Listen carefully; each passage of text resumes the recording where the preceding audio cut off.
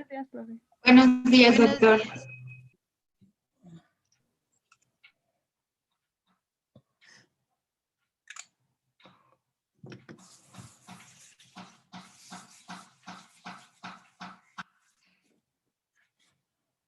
Bueno, vamos a empezar. Voy a compartir la pantalla.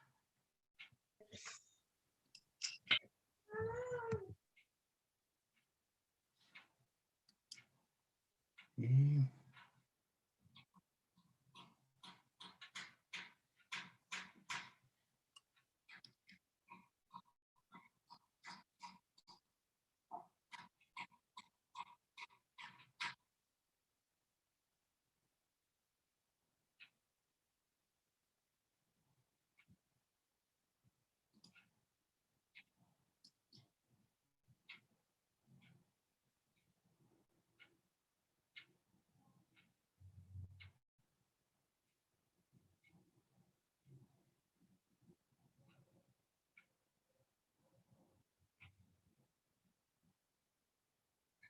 si alguien tiene abierta el micrófono.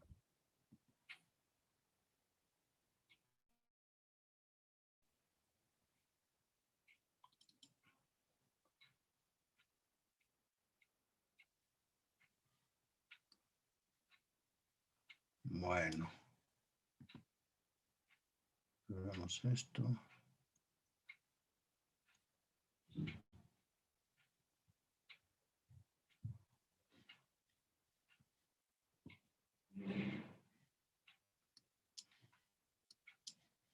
Saturación, pues simplemente se va uno hasta topar con la curva de humedad absoluta y la lee como 0.115.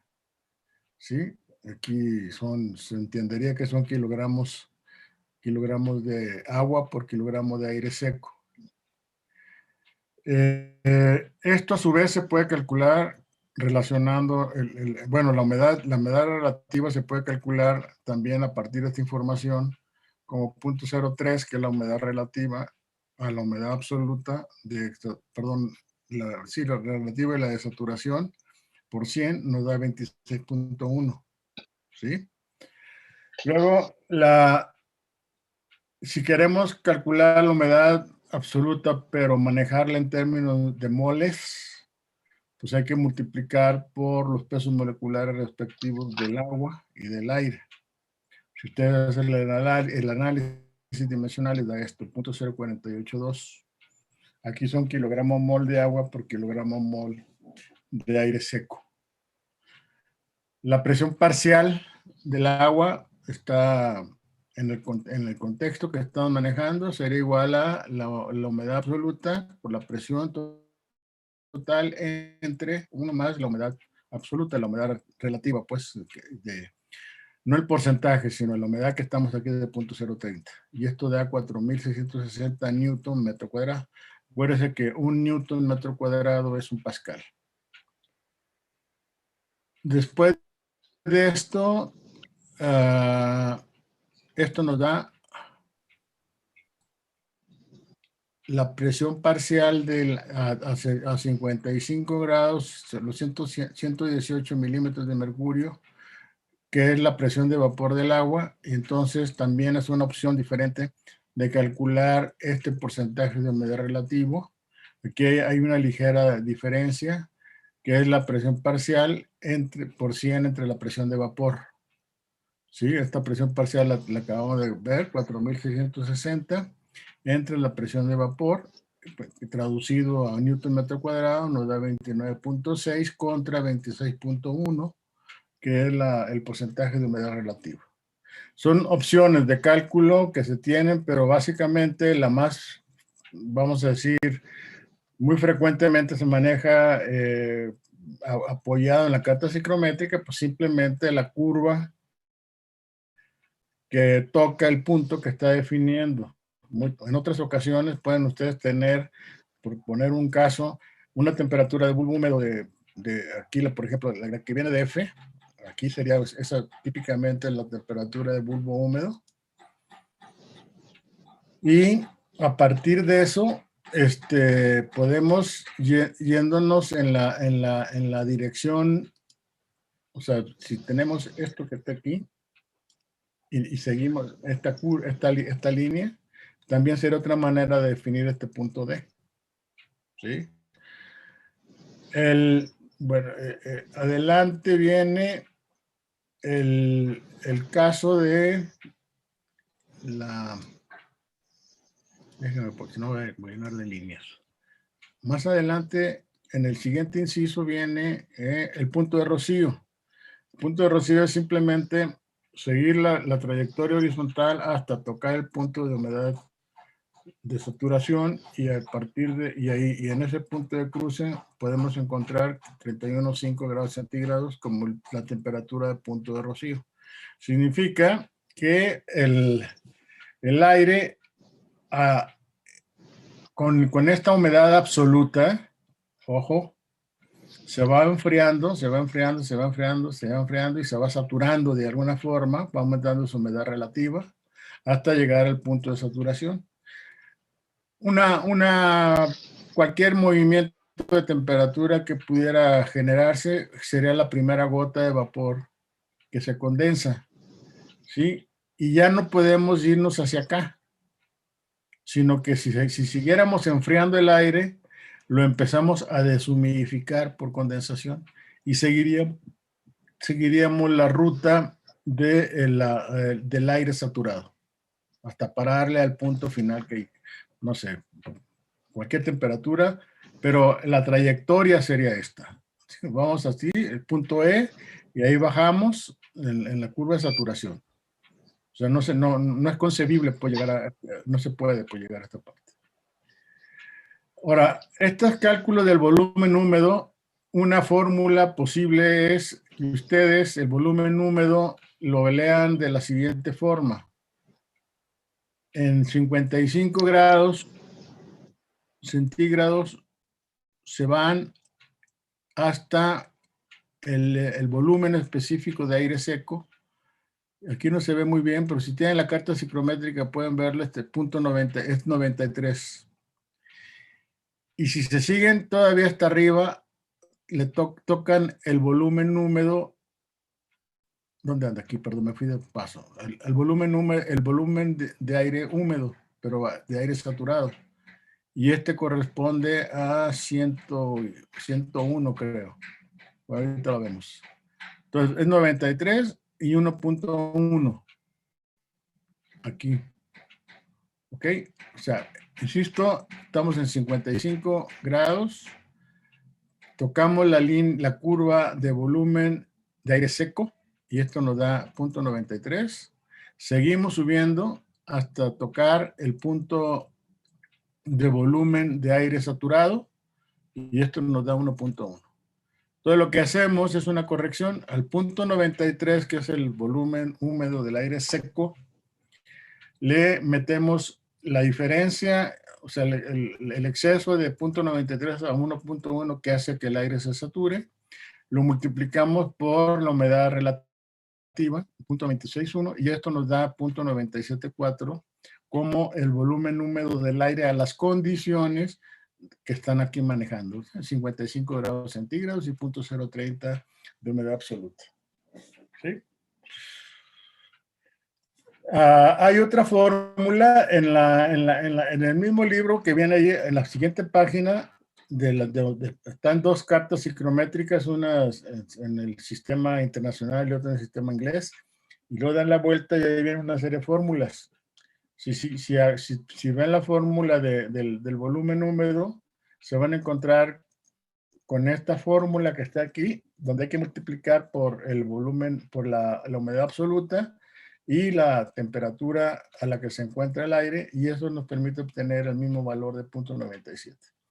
Esto es ante la incertidumbre que pudiera representar una gráfica y que ustedes prefirieran irse por el lado del cálculo por la fórmula que está ahí ya asociada con las propiedades del aire, toda la humedad, el CP, etcétera, que están manejados ahí. El siguiente cálculo es el calor húmedo, que es el CP del aire seco más el CP del agua por la humedad absoluta, que es 1005 más 0.03, 1884, y esto nos da 1061.5 joules de aire húmedo por kilogramo de aire seco grados centígrados. ¿Okay? Aquí está aire húmedo. Bueno, la entalpía del aire seco va a ser igual a, nuevamente nos venimos aquí, 55. La entalpía del aire seco aquí es de 56, si se fijan, y le siguen a la entalpía del aire saturado, ya cambia la escala para el lado derecho, y es 352, ¿sí? Siguiendo de la misma trayectoria. Y a partir de eso se puede hacer una corrección similar a la que se hizo con el volumen húmedo. Tienen la entalpía del aire seco más la diferencia entre el aire seco y el aire húmedo por la humedad relativa, y eso nos da 133.300 joules por kilogramo de aire seco. Ahora, otro camino que se puede seguir para calcular esta entalpía, que es muy frecuente que se maneje, es la siguiente. Se maneja, se va, imaginen ustedes están en el punto D, se vienen por esta recta que está aquí hasta el punto F. Una vez en el punto F suben a la curva de entalpía de aire saturado, y ahí en la escala correspondiente la humedad que le está, la entalpía de 134, que es muy próxima a los 133. Bueno, ya son 134.000 aquí, pues, porque aquí está en kilojoules. Y acá estamos manejando, esta cosa se queda. Y acá estaba manejando la fórmula que nos permite obtener los 134.000 joules por kilogramo de aire seco. ¿Sí? Esa es, digamos, en términos generales, el manejo de la carta psicométrica. No sé si tengan alguna duda.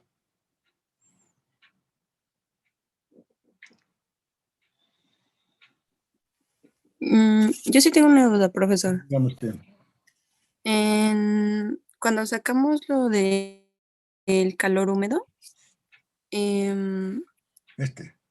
sí, CB dijo que era el CP del aire seco. CB es la capacidad calorífica del aire seco, sí. Ok, entonces el CA es del vapor de agua. Es el vapor de agua multiplicado por la humedad absoluta. Ah, es que yo intenté sacar esos valores, pero no, digamos que el del CA, y no me daba nada parecido. Y lo ponía en las unidades que está ahí de... 1884 ¿no te da? No me daba. Entonces no sé si lo estoy sacando bien. Según yo es de las tablas, pero... Pues acuérdate que ¿cómo está? Caloría, un joule es ¿cuánto es? 4.183, a ver. Sí, 4.184 Joules joules. es igual ¿a qué? ¿A una caloría? Sí. Ajá. ¿Y no te da por ahí? No, es que, bueno, yo lo tengo como 75.4 kilojoule sobre mol por Kelvin. Entonces lo intenté pasar a las unidades que están ahí en el libro Pues ahí y... lo tienes, 75, eso está en joule, pero es molar, ¿no? Ajá. Esto es násico. Sí. Entonces, Sí, entonces lo pasé a las unidades y no me daba. ¿Mande? Sí lo pasé a kilogramo y no me daba. Entonces no sé. Se me hace raro. Si nos podría explicar un poquito. 1834 entre 18 te da 104. O sea, a ver. Tú me dijiste que sí me acuerdo que es 75 kilojoules. Sobre mol por Kelvin. ¿Es kilojoules? ¿Kilogramo mol o mol? No, kilojoule sobre mol por Kelvin. Por mol. Por Kelvin. Eso hay que dividirlo entre 18, ¿no? Sí. Kilogramo o gramo por mol. Ok, entonces son 75 entre 18. Da 4.17 kilojoules por gramo, por grado Kelvin. Y luego esto,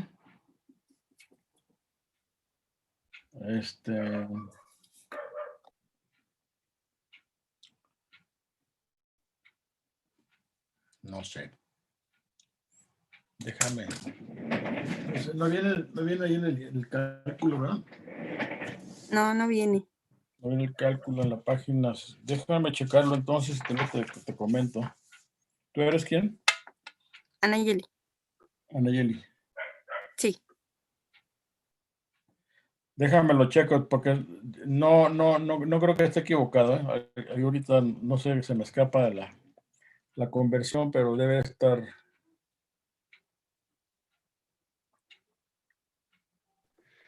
Tengo una pregunta.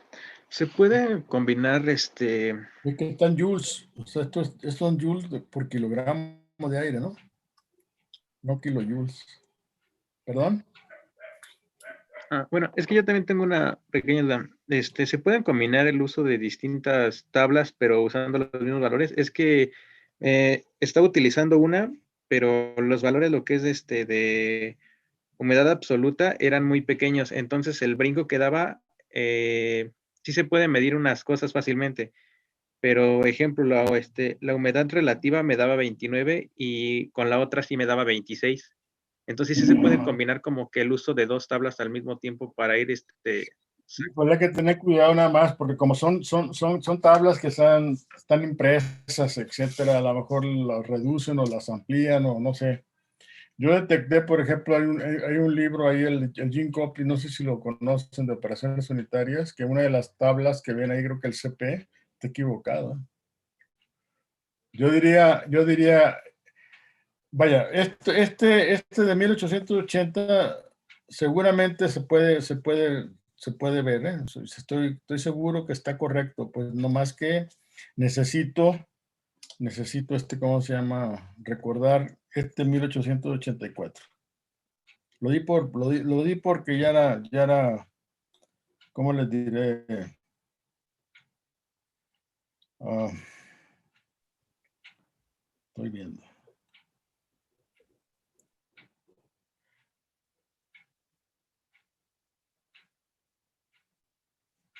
Entonces,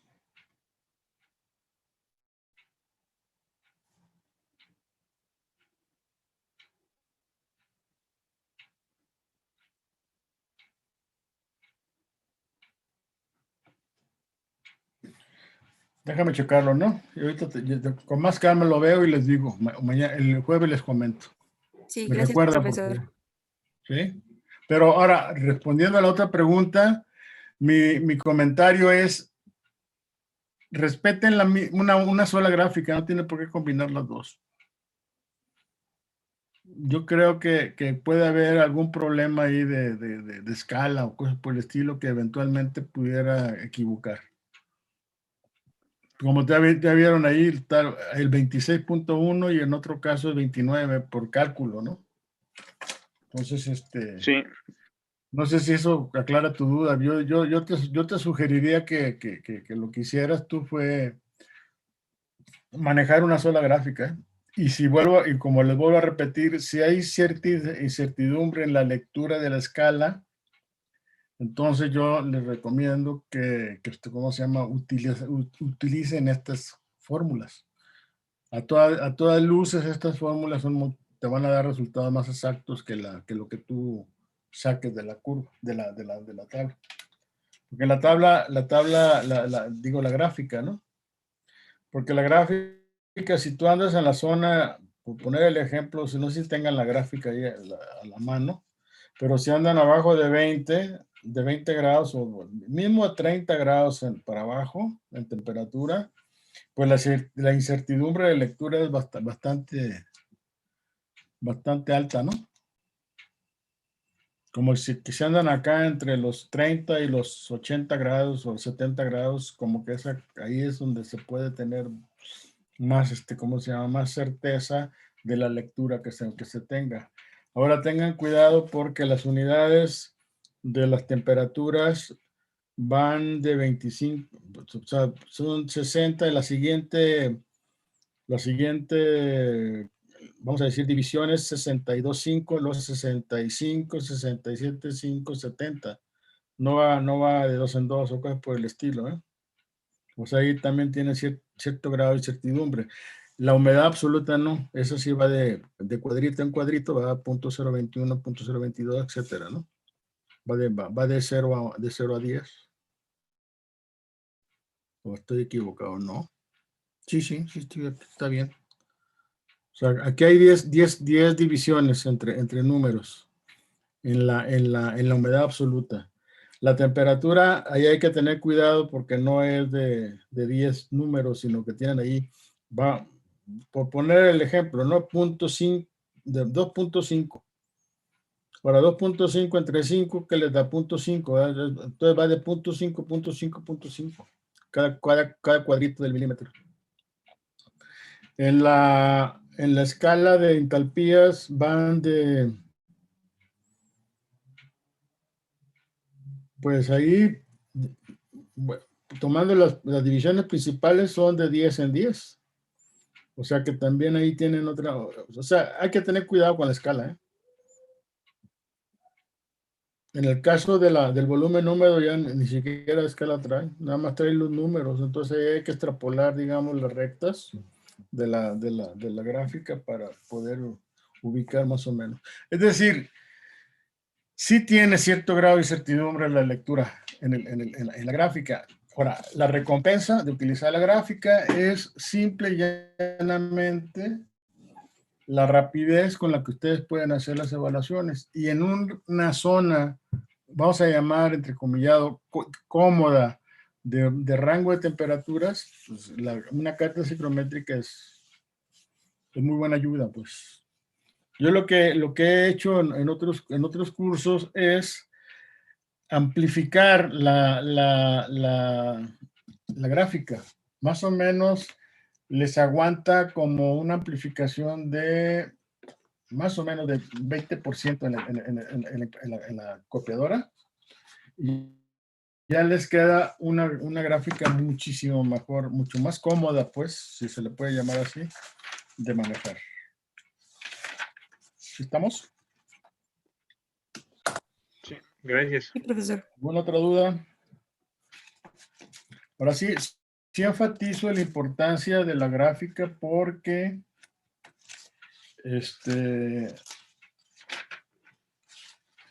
pues es un cálculo muy recurrente, pues, que se tiene que estar haciendo continuamente.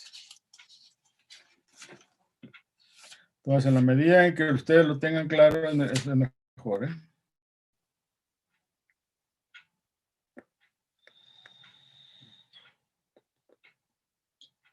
¿Alguna otra duda? Fíjense, yo tantas veces que he visto esta clase, no se me ha ocurrido, pero aquí tengo cálculos y sigue, sí, 1884.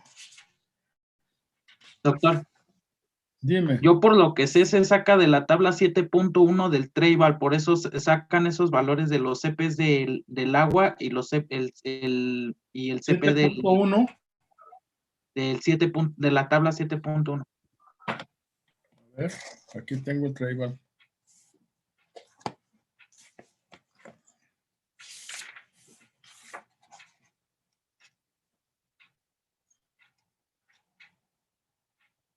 No, pues está chino. ¿Cómo la 7.1? 7.1 es la de presión-temperatura. Ahí no hay escala tampoco. No sé si te confundiste. Es la que dice relaciones psicométricas para el sistema aire-agua a una atmósfera de presión, doctor. Es esa.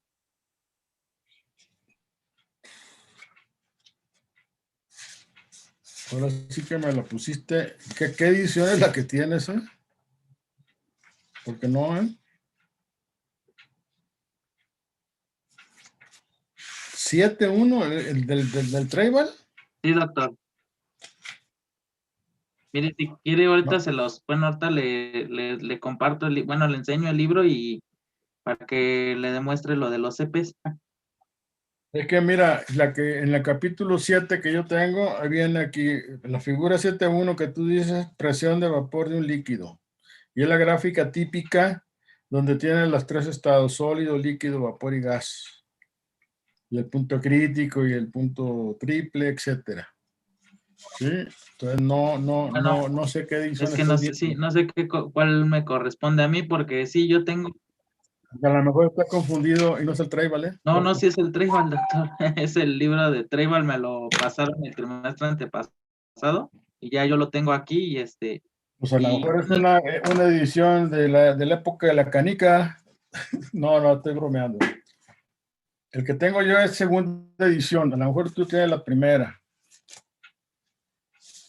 No sé, alguien ya le agarró la onda a esa conversión. Que nos dé Si no me luz. equivoco, él está haciendo referencia a lo que son las tablas que vienen en el problema.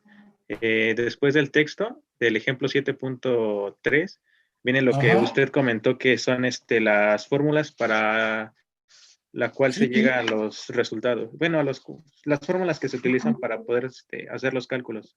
Ajá. Entonces, él le Por eso, imagino ahí que sigue, ahí viene la fórmula viene en 1884 Y'. sí, Eso sí me queda claro, y es lo que yo usé. Pero pero como pues tal tengo no que hay una checar que tabla. efectivamente el CP del agua vapor a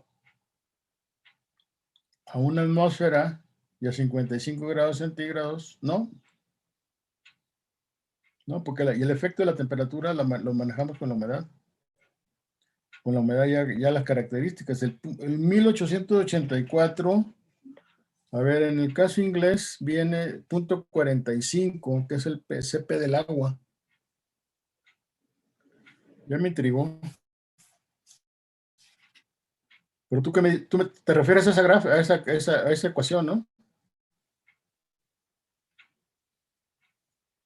O sea, el punto ahí es que esa ecuación está propuesta ahí en la tabla. Es la tabla 7.1, sí. Pero la duda ahorita es de dónde sale el 1884. Esto, si entendí bien. Sí, profesor. Sí, ¿no? Bueno, pues ahorita vemos. Si no, yo ahí les digo qué onda. ¿Alguna otra duda?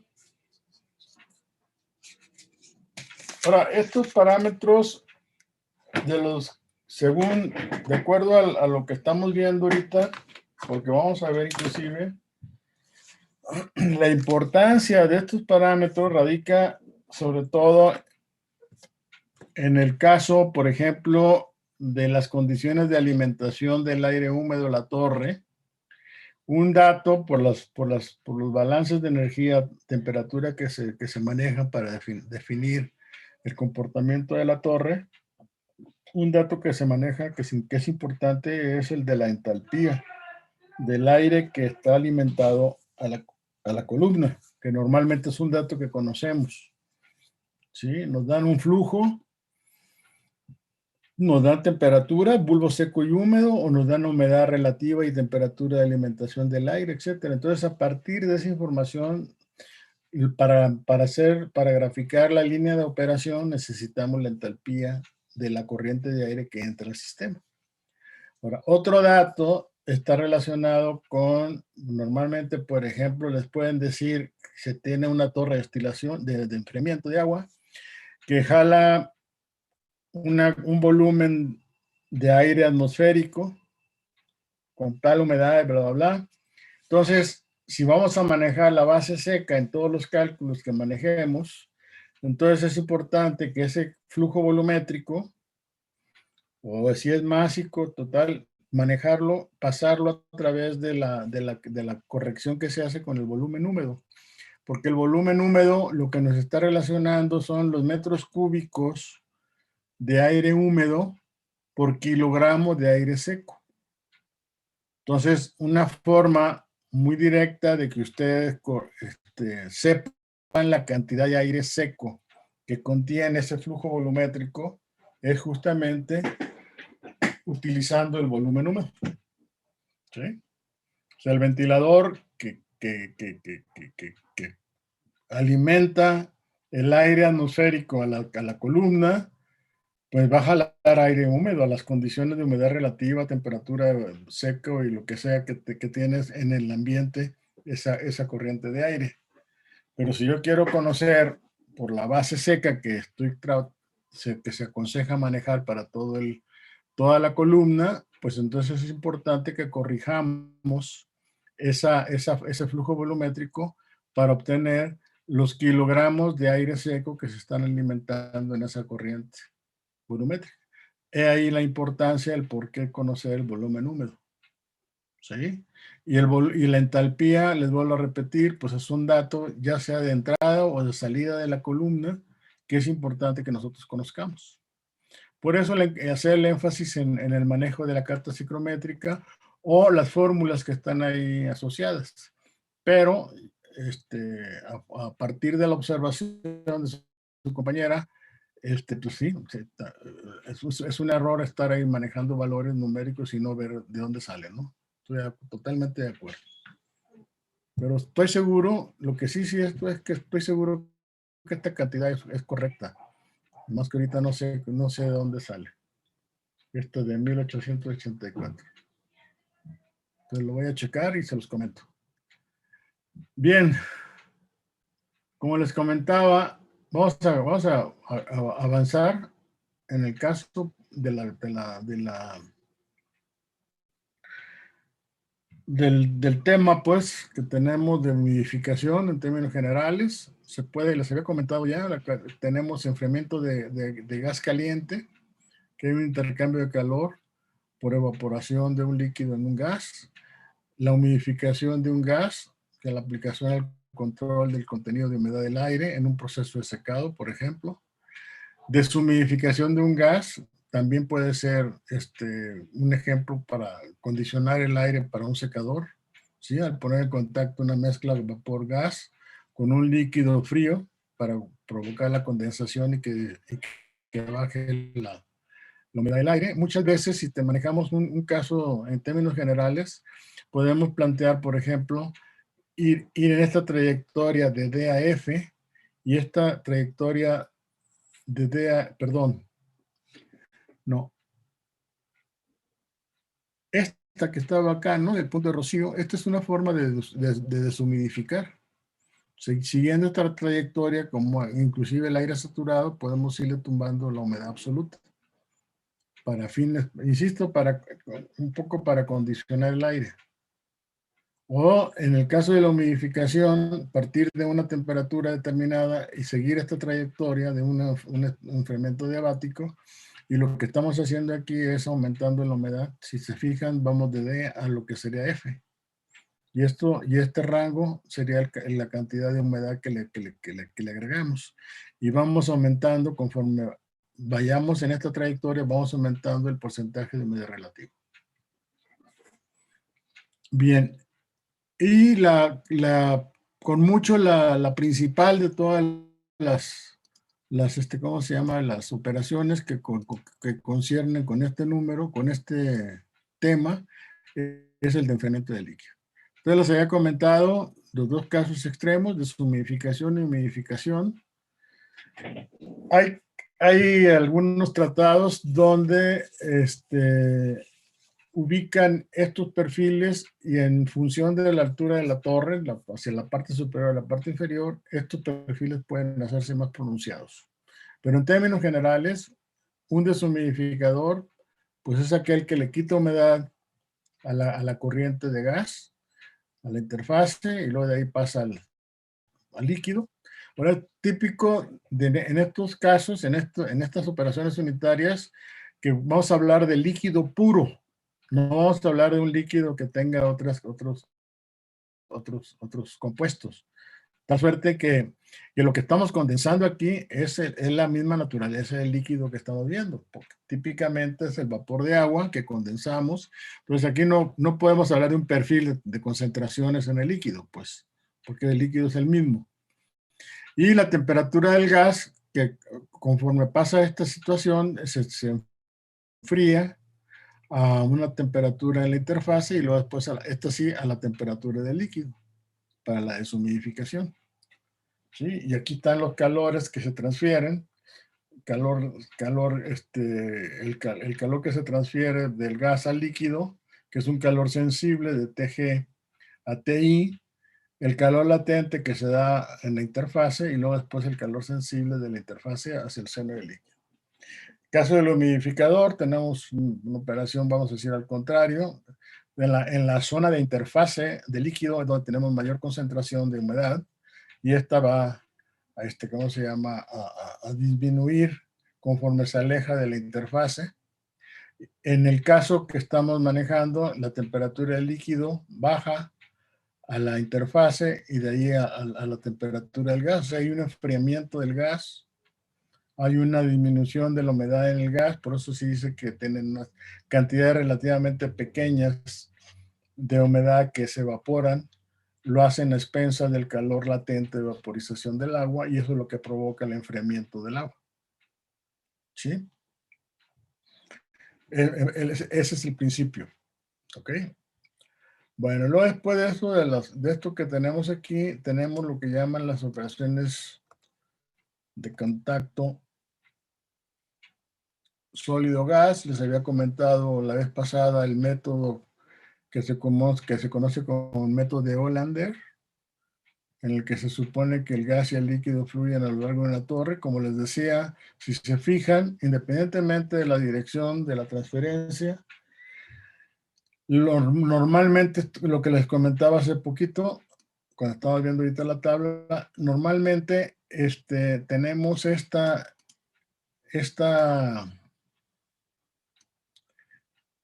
información de alimentación a la torre, que es el flux de aire seco, temperatura de bulbo seco, la humedad absoluta y la entalpía.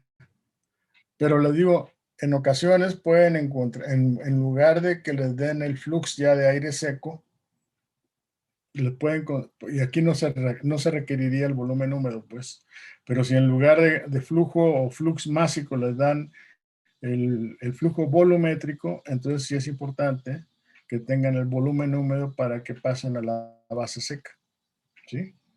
En el caso del agua, como les comentaba, lo importante es conocer la temperatura a la que entra pensando que esto fuera la torre, a la temperatura a la que entra y a la temperatura a la que sale, porque eso es lo que nos da el rango de variación de la operación de enfriamiento de agua que vamos a estar estudiando. ¿Sí? Guardadas las proporciones, sería el equivalente a lo que comentábamos en el tema anterior de poner cuidado en conocer las temperaturas de ebullición de un componente en otro en una mezcla, ¿no?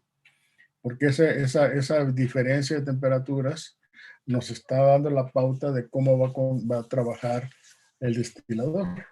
¿Sí? En este caso, la pauta la va a marcar la temperatura de entrada y de salida del agua. Eso, alrededor de eso es de que nosotros trabajamos todo el sistema.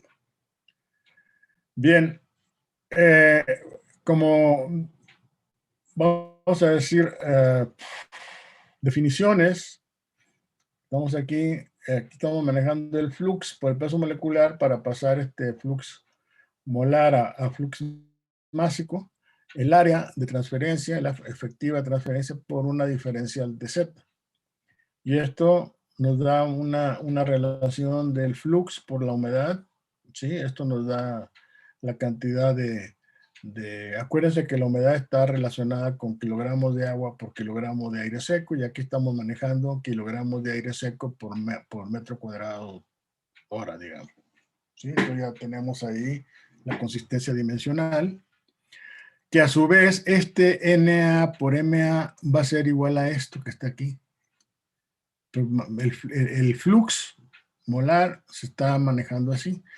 Noten que este FG, les comentaba, los que tengan interés en saber la característica de este parámetro, remitirse a la tabla 3.1 del Treival, donde vienen las equivalencias de este coeficiente. Nada más que tengan cuidado,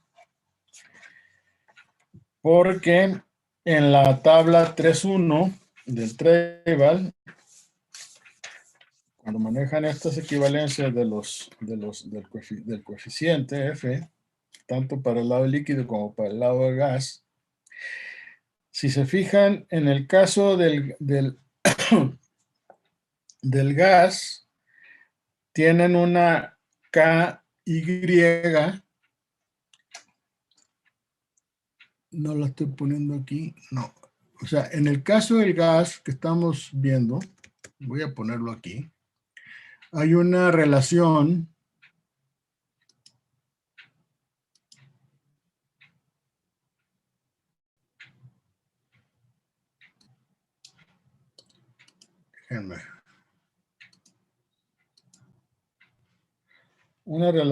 del coeficiente F igual a una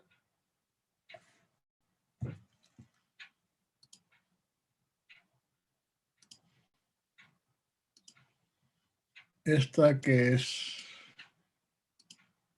quiero enfatizar eso porque eso es importante, entre el peso molecular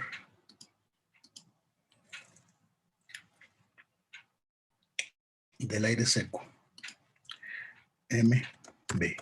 Pero noten que esta K que está aquí es una KY que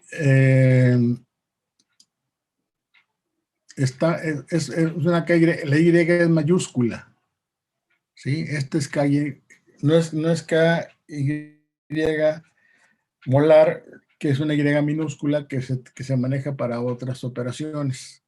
Esta KY se está refiriendo a la humedad del aire, a la cantidad de aire.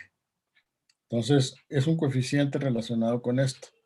Entonces, sí es lo que quisiera yo enfatizar. Porque cuando ustedes manejen la fuerza directora de esta relación que asociamos con KY, van a utilizar la humedad absoluta del aire entre saturación y la humedad absoluta del aire en la corriente de gas. Para eso necesitan conocer este coeficiente KY mayúsculo.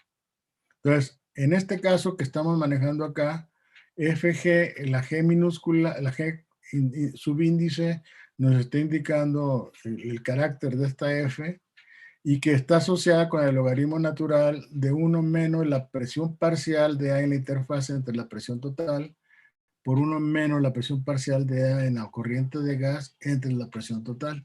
Estas serían relaciones molares. Y esta FG, por eso está el peso molecular, esta FG está definida en términos de las mismas unidades del flux. Este flux previo al peso molecular, ojo. O sea, el flux de aquí son kilogramos mol del componente que difunde vapor de agua por metro cuadrado por segundo o por hora. Estas son las unidades de F. O sea, esta F asociada pues con la fuerza directora define las unidades de NA. Y entonces esto todo esto es NA multiplicado por el peso molecular, ya lo pasamos a la base masa, y a partir de esto ya tenemos todo nuestro análisis en función del flujo másico. ¿Sí está claro? Y aquí hacemos un análisis similar para el caso del coeficiente del flux de transferencia de calor en el sistema. Este flux de calor que está relacionado con el área y dz en el elemento dz. Esto es para el flujo de calor en el gas, el flujo de calor en el líquido, que está relacionado con este Hg'. Este Hg' lo que nos está indicando es que tenemos una definición de este tipo, ¿sí? Que está relacionado con ¿qué? Pues está relacionado con la transferencia de calor en presencia o simultánea con transferencia de masa. No es una transferencia de calor ausente de la transferencia de masa. Por eso es que se usa esta definición. Y para el caso del coeficiente de transferencia de calor en el líquido, pues tenemos HL normal a H por TI menos TL, ¿sí? Entonces, eso, bueno, son las definiciones que están relacionadas con los efectos de transferencia que se están manejando en el sistema. Entonces, manejando el límite 1 y el 2 y el 3, que son estos que están aquí relacionados. Híjole, no lo puse. El límite 1 es este. Déjenme ver.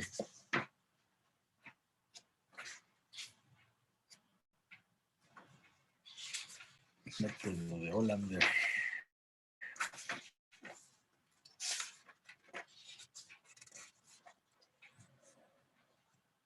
Sí, el 1 es el que está aquí adentro, en todo el círculo punteado. El 2 es el que está relacionado con, este es del lado del gas, del lado del líquido, y el 3 es el que engloba todo lo que está aquí. ¿Sí? Falta ponerle eso, definir esos límites. Entonces, en el límite 1, que es la transferencia de masa,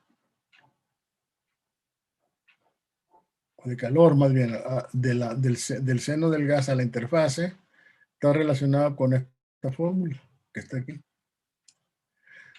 Les comento esto para que tengan ustedes la referencia de dónde salen las fórmulas que vamos a ver ahorita. No se asusten, ¿no? Es decir, estos valores son todo lo que corresponden al método este de Hollander, que viene desde el punto de vista bastante bien explicado en el Treiber, y que bueno, aquí hay fórmulas intermedias, pues, y estas ya son las finales.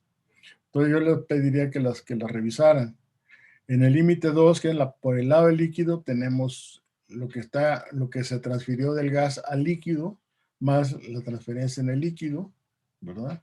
Y en el límite 3 ya tenemos toda la parte relacionada con el calor sensible en la parte del líquido, que está relacionada con el gas, y la parte relacionada con el vapor de agua, que está asociada con la transferencia de masa, multiplicado por la diferencial de humedad absoluta que se tiene en el elemento diferencial que está aquí.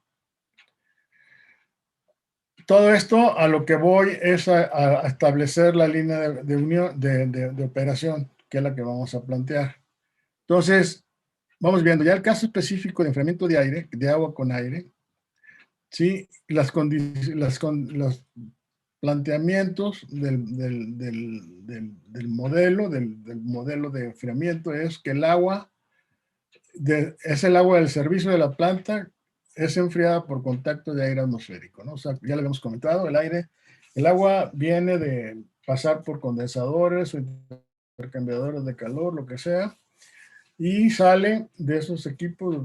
Piensa en una estructura donde está una planta con proceso, y esa sale a una corriente de esa zona, y esa corriente que sale, pues sale caliente. Caliente significa 40 y tantos grados, 30 y tantos grados, ¿no? Entonces, para volver a regresar esa agua otra vez al circuito, requerimos de, ¿cómo se llama?, enfriarla. En muchos lugares también se tienen así como albercas, y lo que hace es simplemente se vierte el agua que viene caliente del proceso y se deja por contacto con el ambiente que se enfríe. O sea, la masa de agua que está ahí contenida en una alberca, imaginen una alberca de dimensiones semiolímpicas, ¿no?, que tiene una masa de agua que es muchísima. Otras, en lugares donde no tienen tanto terreno, pues, tanta disponibilidad de terreno, porque eso implica mucho terreno, pues sí tienen las torres de enfriamiento que hacen exactamente el mismo trabajo que se haría en el otro caso. Y es más eficiente porque se hace en un tiempo mucho más corto, con una capacidad de tratamiento de agua alta, ¿sí? Entonces el calor, el apoyo en el que se plantea todo esto es lo que les comentaba, ¿no? Una cantidad pequeña de calor, de agua que se evapora, genera efectos térmicos muy importantes en la corriente de agua. ¿Sí? De ahí sacamos, ¿y ahora qué pasó? ¿Sí me escuchan? Sí, Sí, sí se doctor. Sí, escucha. profesor. Sí, profe. Interfiriendo ya. Entonces, el contexto es eso, evaporación. La evaporación de cantidades relativamente pequeñas producen grandes efectos de enfriamiento. Y ese es el principio en el que se apoya la torre de enfriamiento. Luego, la transferencia de masa hacia la corriente de gas es relativamente pequeña. Esto abona lo que les he comentado, es decir, estrictamente hablando, la operación de enfriamiento de agua humidifica el aire.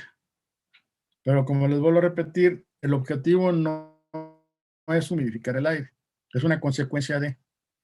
Y entonces, apostándole a que la cantidad de agua es pequeña, entonces no le damos ese carácter de humidificadora. Ahora, yo no les recomiendo que se paren alrededor de una torre de enfriamiento grande, porque se van a salir bañados. O sea, eso de que la cantidad de agua que se evapora es muy pequeña, ya en la realidad no es tan evidente. Pero si lo comparamos con la corriente de gas que maneja, puede ser que efectivamente con ciertas reservas se respete esta condición. No sé si me estoy explicando. O sea, esa es la teoría, pues, con relación a esto. Ahora, como les comenté también en los puntos anteriores, sí hay una operación que específicamente está orientada a humidificar el aire. Por ejemplo, hacer pasar, vean ustedes estos lugares donde lavan coches, ¿no? Los carros, que pasan por unas cortinas de humedad. Bueno, eso se puede llevar, ese principio se lleva a una torre humidificadora. Se manda con un ventilador el aire, se atraviesan esas cortinas de humedad que se están planteando ahí, y cuando el aire sale súper húmedo, ¿verdad? Esa es una operación que, insisto, ya estaría enfocada en esa dirección, pero estamos literalmente rociando el agua en la corriente de gas. Y bien, y luego tienen la otra condición es que para un sistema aire-agua, lo que llaman la relación de Lewis, que asocia los coeficientes de transferencia de calor con el coeficiente de transferencia de masa, esta KY mayúscula que les había comentado, se considera que es igual a 1. En otras condiciones se maneja esta relación como el número de Schmidt entre el número de Pratt. Bien, a partir de esto, con estas consideraciones, se demuestra que el cambio de calor sensible en el agua finalmente tiene que ver con el cambio de entalpía en el gas. Eso es lo importante, es la parte operativa, la parte que vamos a aplicar. Entonces, tomando en cuenta esto, se define esta situación. ¿Sí? La CAL por TL2 menos TL1 igual, yo no sé por qué puse aquí este paréntesis. Pero no lo voy a regar. Este paréntesis este paréntesis debe cerrarse aquí. Sí, ¿no? Ajá. No, si le meto, pero no borrar. No, lo voy a borrar. Pero vaya, es CAL por TL2 menos TL1 igual a GS H2 menos H1. Es la línea de operación que tiene que ver con esta línea recta. Ahora, es línea recta por la base seca que estamos tomando. Por eso es importante la cantidad de aire seco que se introduce en la torre. Ya habíamos platicado, ya habíamos comentado cómo obtener esta curva. Les había dicho, en el caso, esto de aquí, si ustedes van a trabajar, por poner un ejemplo, entre 31 y 55 grados, ustedes lo que hacen es dividir arbitrariamente todos estos varios puntos en este rango de temperatura y se van directo a la curva de humedad absoluta y leen tal cual en este rango desde, ¿dónde anda aquí, no? Perdón, del aire, entalpía del aire saturado. De este punto se empiezan a mover en esta dirección y entonces ya caen en esta otra escala y van leyendo aquí esta gráfica, esta curva los manda a una escala que está acá al lado izquierdo y esta que está se está leyendo al lado derecho. Pero en fin, a lo que voy es que pegándole a la curva de entalpía de aire saturado, las 10 temperaturas, intervalos de temperatura que ustedes hayan manejado aquí, son los 10 valores de entalpía que ustedes manejan para construir esta curva.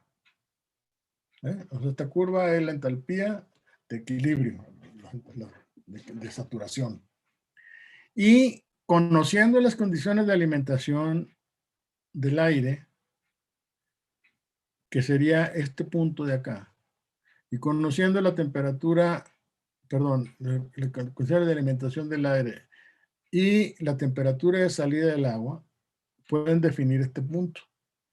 Y una incógnita podría ser cuál es la entalpía del aire que salió después de ponerse en contacto con el agua, que enfrió, ¿verdad?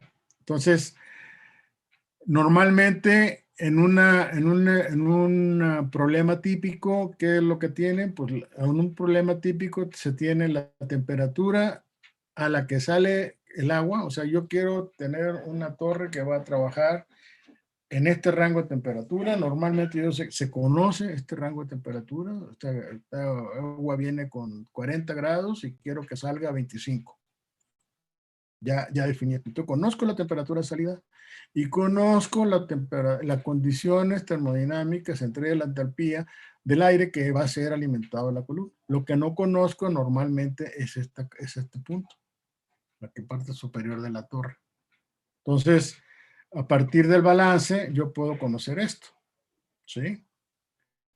Ahora bien, hay dos opciones para manejar la columna. Una opción es que a cada punto sobre la línea, una vez que ya define la línea de operación, vamos a pensar que ya lo definí, en el rango de temperatura que me muevo, que coincide con los valores de la H de equilibrio, yo puedo leer en la línea de operación las entalpías correspondientes al aire, cómo va variando la entalpía del aire desde que entra hasta que sale de la columna.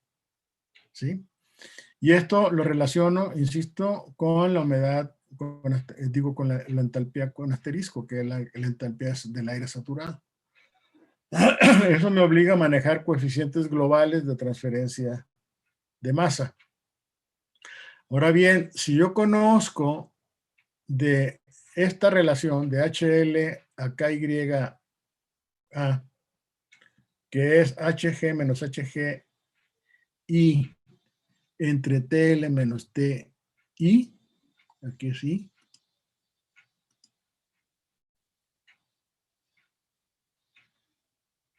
Ya ves, ya me la tumbó. Mejor no le muevo. Aquí es HG menos H, o sea, HG es cualquier valor sobre la línea de operación.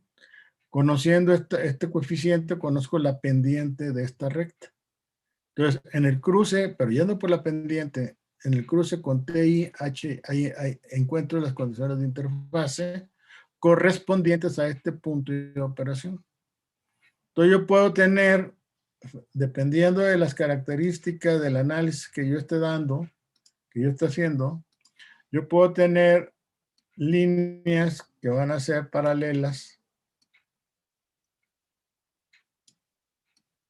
entre sí, y esa es la ventaja de tener la base seca, ¿no? Por ejemplo, y esto me da, a cada punto sobre la línea de operación, me da un punto de la interfaz, de la entalpía de interfaz. Sí, si yo en lugar de manejar esto, manejo este punto y voy hacia la H con asterisco, me voy a encontrar con esto. Estos son los puntos que corresponden a la línea, a la línea de, para el caso de los coeficientes globales. Para las líneas rojas con pendiente menos HL en KY, tengo los datos de interfase. ¿Sí está claro? O sea, esta es la clave, pues, de todo el análisis que está relacionado con el enfriamiento de agua. No sé si tengan alguna duda.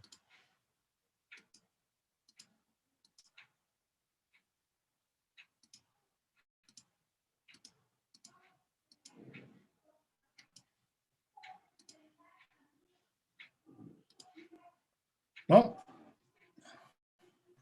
No, profe, hasta el momento todo bien, gracias. Bueno. Entonces, considerando esto, vamos a encontrar, ya viendo la parte aplicada, estas cuestiones, aquí por ejemplo, nuevamente recordamos el coeficiente FG, que está relacionado con KY, ¿sí? Ya noten que aquí ya manejé el FG por el peso molecular correspondiente, y entonces ya me queda la KY, pero esta Y mayúscula, ojo, que es la de humedad, ¿sí? Y esto asociado pues con esta fórmula que habíamos habíamos visto, ¿dónde? Acá, esto de aquí. Bueno, esto ya lo puse. Pero esto de aquí está relacionado con esto sería el equivalente a la fuerza directora. Pero insisto, aquí el coeficiente es un coeficiente global, más o local, pero que es más amplio en su aplicación. No es tan ideal, pues, no es tan fenomenológico. Y cuando tenemos transferencia de masa pequeña, este logaritmo natural de esta relación la podemos aproximar a la diferencia de humedades entre la humedad de la línea de operación menos la interfase. ¿Sí? Entonces, esto es lo que se maneja como el logaritmo. Entonces, esto puede simplificar mucho la fórmula. Nos queda GS por D y Y igual a la KY en lugar de la F por la diferencia de humedades que están manejadas de humedades absolutas en la fase gaseosa. Entonces, a lo que voy es que podemos, a partir de esto, plantear estas ecuaciones que están aquí. Esta ecuación, que es la ecuación, déjenme aumentarla.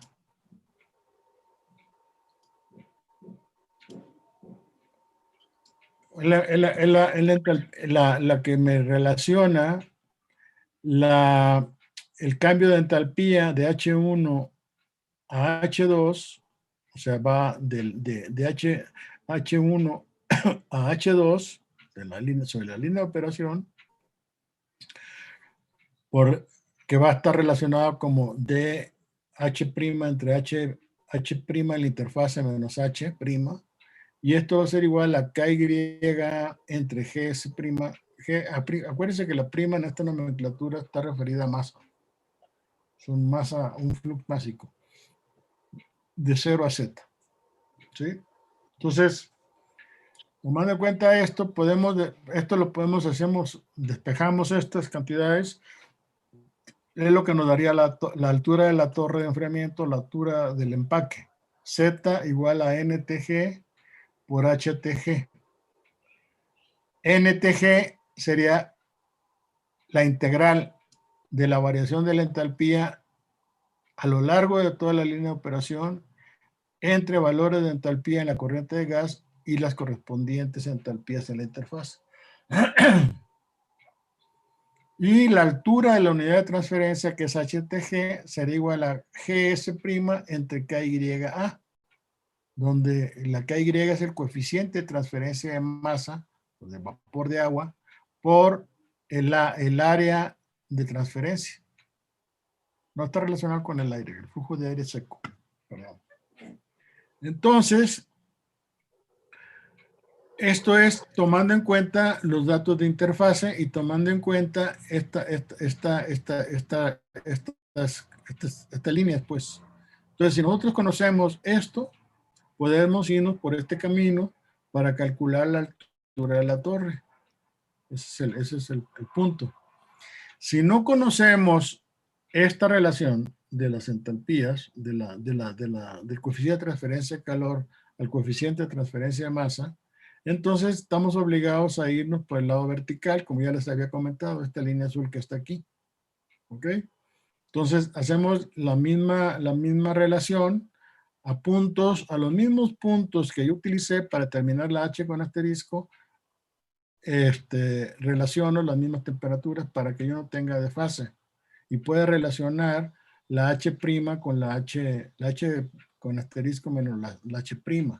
Esto me está relacionando la entalpía del aire saturado menos la entalpía del aire. ¿Sí? Y noten que aquí tenemos, le metimos una O, que es el número de unidades de transferencia global. ¿Sí? A diferencia del NTG, que es el número de unidades de transferencia, vamos a decir local. Eso depende de las cantidades que estamos manejando. Aquí usamos la interfase y aquí usamos el equilibrio. ¿Ok? Y el HTOG es, si ustedes fijan, aquí tenemos la KY minúscula y acá es la KY mayúscula, la K mayúscula, pues. Que me está dando el coeficiente global de transferencia de masa. Entonces, relacionado para la altura global de la unidad de transferencia, me quedaría GS entre KY. Esta Z calculada con los coeficientes locales de transferencia de masa, NTG y HTG, da exactamente el mismo valor si yo manejo la NTOG y la HTOG. Lo que no se vale es que cruce. O sea, que este NTOG, que lo puedo calcular porque es más fácil, más cómodo trabajar verticales, lo asociara con el HTG, ¿no? Ese no es correcto. ¿Y esto por qué? Porque muy frecuentemente el HTG o el HTOG puede tener, depende, dificultad para obtenerlo. La clase que siguen vamos a ver cómo relacionar los coeficientes locales con los coeficientes globales, que ya deben ustedes tener idea al respecto de cómo se maneja. ¿Sí? Y a partir de eso ya se puede establecer todo el análisis de la torre de enfriamiento. ¿Dudas?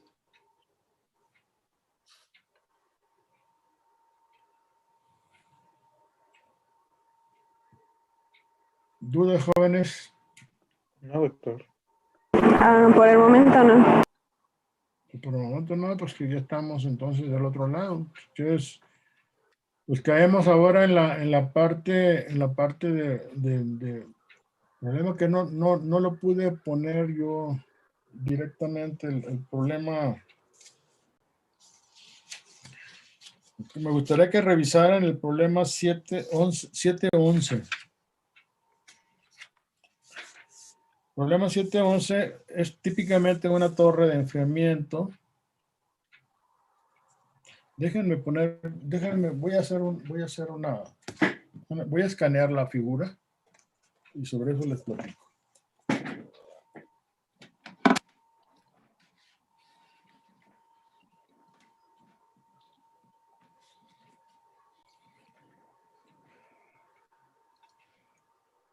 Vamos a ver.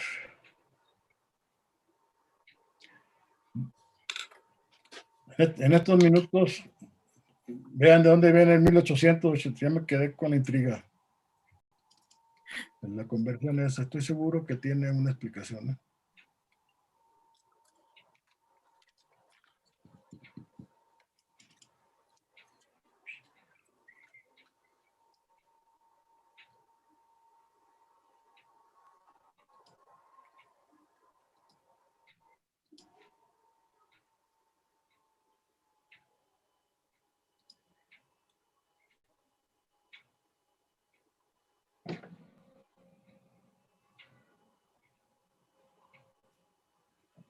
A ver, déjenme. Voy a empezarlo más adelante.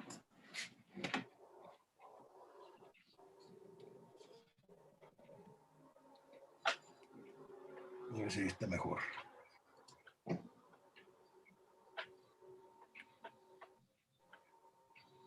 Creo que sí. Bueno, voy a escanearla.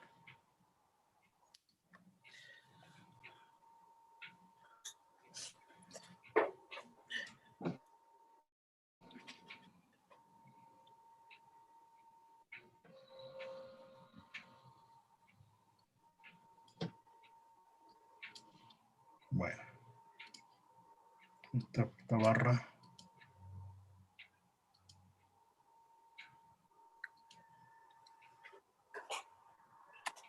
Ya, entonces lo minimizo esto. Y ¿dónde anda la escaneada?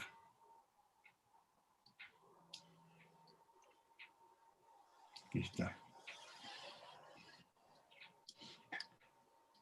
Y ahora lo abrimos.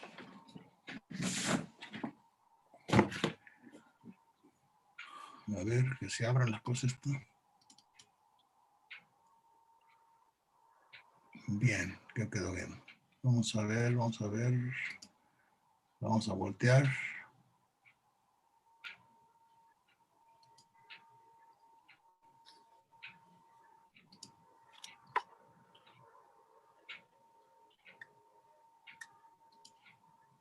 Vaya, aquí está. Esto es típicamente una torre, un problema de una torre de destilación. ¿Sí? Como les comentaba, aquí tenemos toda la información. Normalmente todo esto lo conocemos.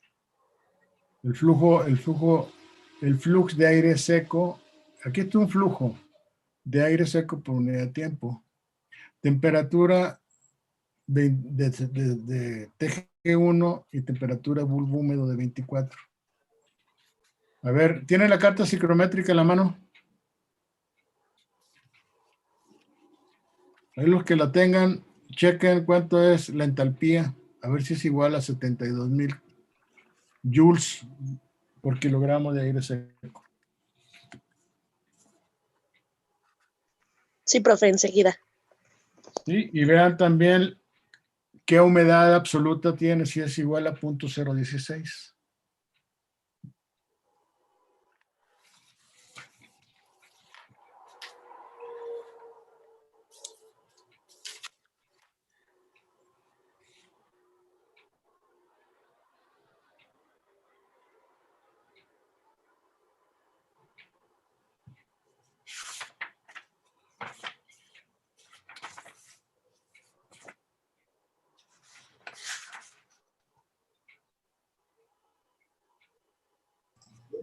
Sí, profesor. ¿Sale, no?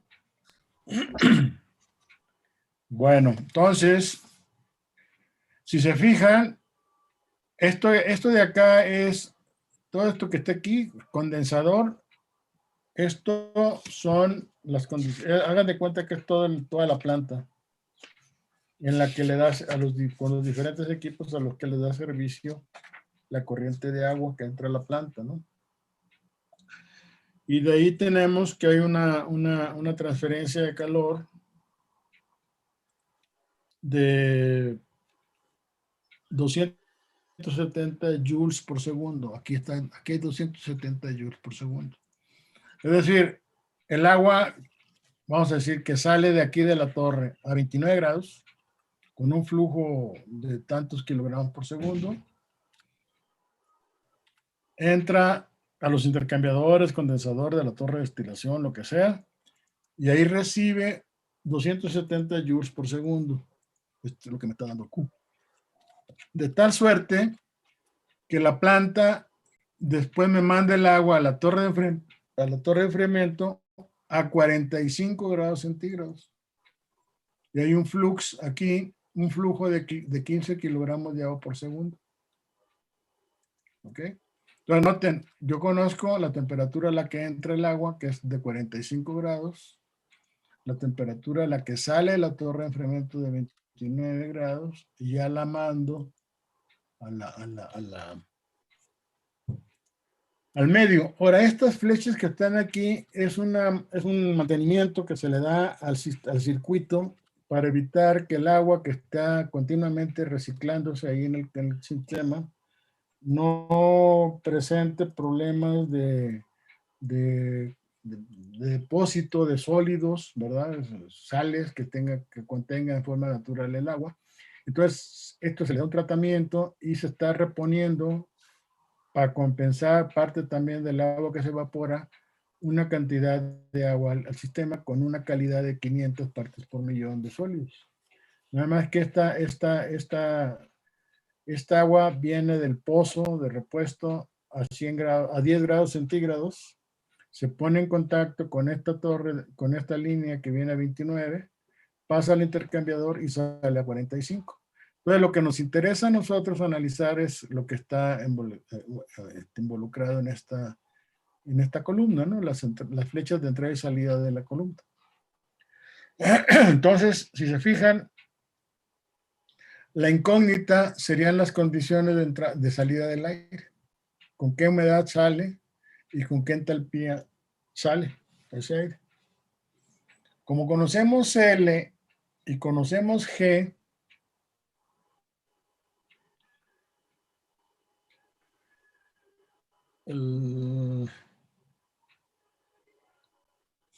déjenme poner el agua.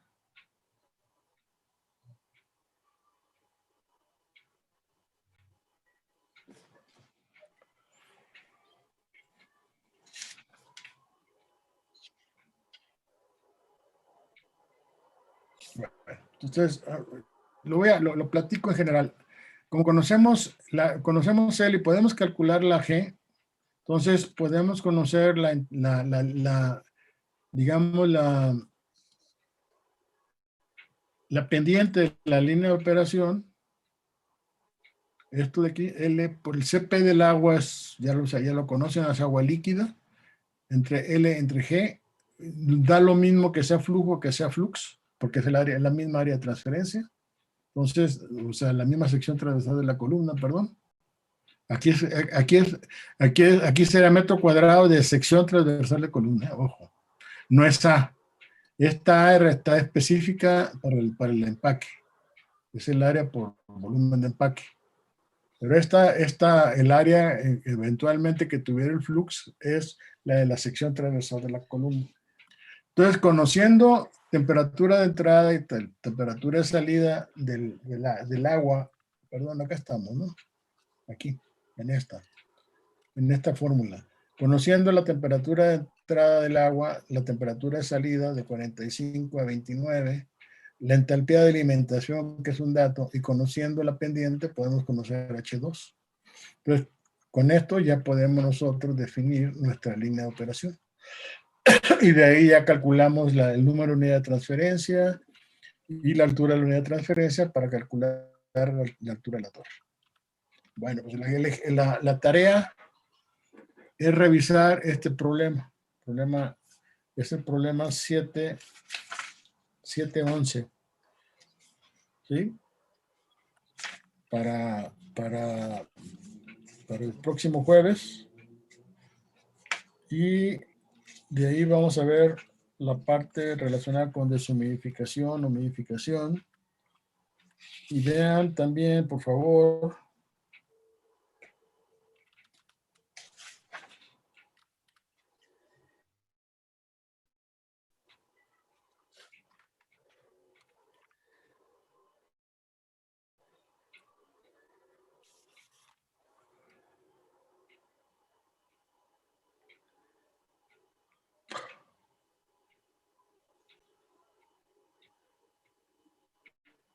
estoy bien. Ah, no, así que está. El problema es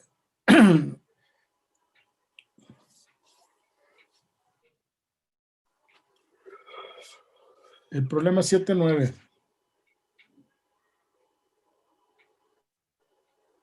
El problema 7.9 que viene al final del capítulo. ¿sí? Que es una torre de enfriamiento de agua.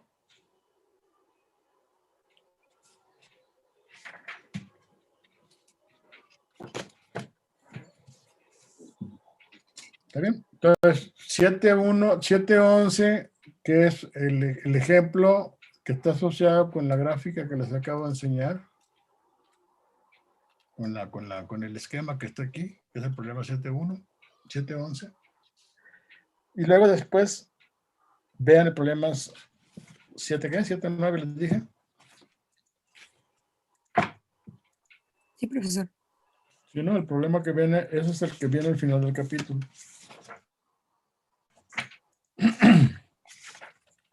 7.9. ¿Ok?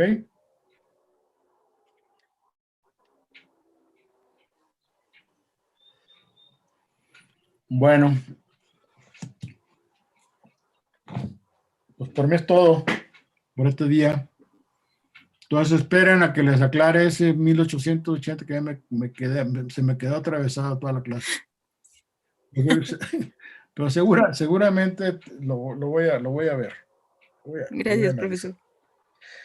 En el momento en que vea, les mando el correo a todos. Para que no esperar hasta el jueves.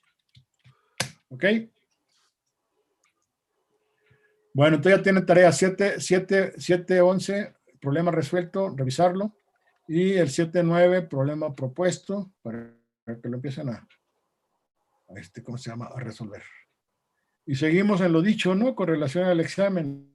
El próximo sábado a las, ¿qué? 5 de la tarde, ¿no? Sí, profe. Sí. Sí, profe. Bueno, entonces quedamos en eso.